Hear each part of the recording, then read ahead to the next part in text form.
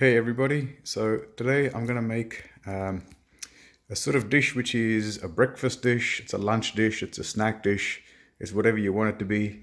It's Upma, and Upma is typically made with the main ingredient being semolina, called suji or rava in various Indian languages, but essentially this is semolina. This one here is quite fine, you can use a coarse semolina, whatever you can get your hands on. It's basically a savory, spicy dish, and it's fairly easy to prepare. Very little spices go into this particular dish, so it's quite an easy one to make. So semolina is our key ingredient. We're going to give this a bit of a fry in a dry fry pan in just a minute. I've then got finely chopped onions, finely chopped tomatoes, some peanuts here. These are already roasted. If they're not roasted, you can roast them. You can also use cashews, finely chopped ginger, one green chili chopped, some curry leaves. If you don't have any of these ingredients, don't worry, you can quickly make up for the lack of those ingredients in no time. We also need chopped coriander, which I haven't got on the chopping board at the moment, but you will see that in due course. For our tempering, we'll need some oil. In this particular bowl, just because I'm lazy, I've actually got mustard seeds, cumin seeds, and urad dal. Urad dal is this white sort of dal that you see over here, and that is somewhat important to this dish because it does lend that characteristic flavor to upma. So let's get onto the stove and see what we need to do next. So the first step is to get some oil into this wok. You can make this with ghee as well, which would obviously taste absolutely brilliant, but in this case I'm just using a bit of oil. When the oil heats up, I'm just going to add a little bit of asafoetida, which is basically a hing. That's what it is. If you don't have this ingredient, absolutely no problems at all. This is totally optional. I'm going to chuck a little bit of that in, and you'll see it'll start to crackle in just a minute. When the oil is then hot enough, I'm going to add the next lot of ingredients. Hopefully you can see the asafoetida starting to crackle a little. So now I'm going to add in the urad dal, cumin seeds, and mustard seeds, which I had before. Give them a bit of a whirl.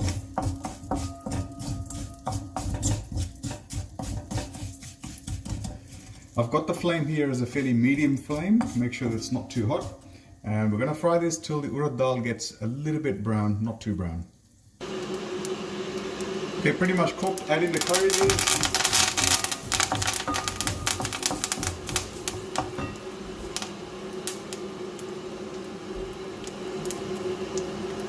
Add in the chopped onions, sorry. And we're going to cook this for a couple of minutes.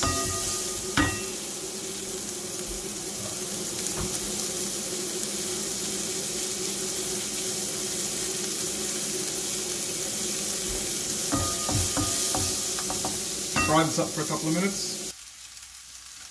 The onions are more or less cooked, so at this point I'm going to add in the chopped green chili and the ginger. And as you can see, I've also added some peanuts here by mistake, but that's not a problem. Just fry them all in. Matter of fact, let's just add the rest of the peanuts in. Give that a bit of a whirl.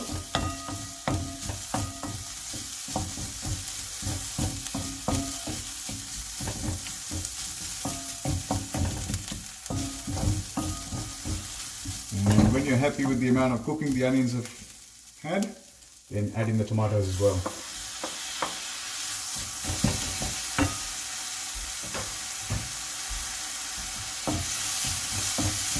Again, cook this till the tomatoes are sort of melted a little bit, broken down a little bit, and at this point you can also add in the peas.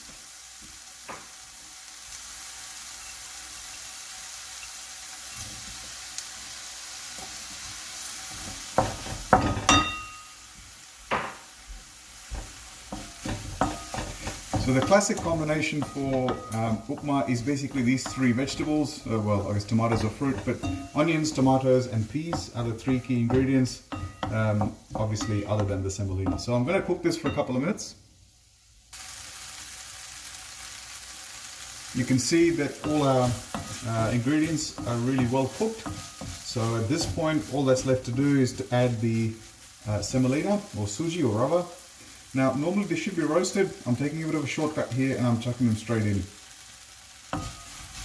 Mix it through.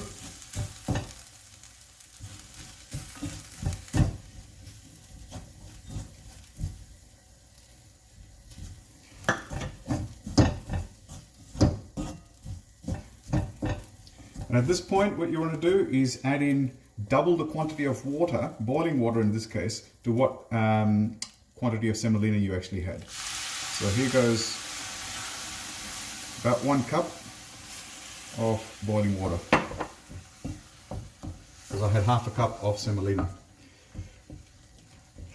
And you need to make sure that you stir this through constantly, keeping the heat, again, still keeping the heat at about the medium level. And you're going to cook this till it really starts to become a little bit flaky. And in the meantime, the suji, or the semolina, is going to cook itself. So keep stirring this constantly for a couple of minutes. Okay, you can see that that's well cooked. The semolina has soaked all that water up and it's pretty much ready to go. The only 2 things we need to add at this point are salt, and this is up to your taste as to how much you add. As you can see, I use a very scientific method of adding salt in. And the last ingredient is a whole bunch of chopped coriander. Add those in and mix this through, and it's ready to be served. Well, there we have it, guys. You can hopefully see the steam coming off the dish right there.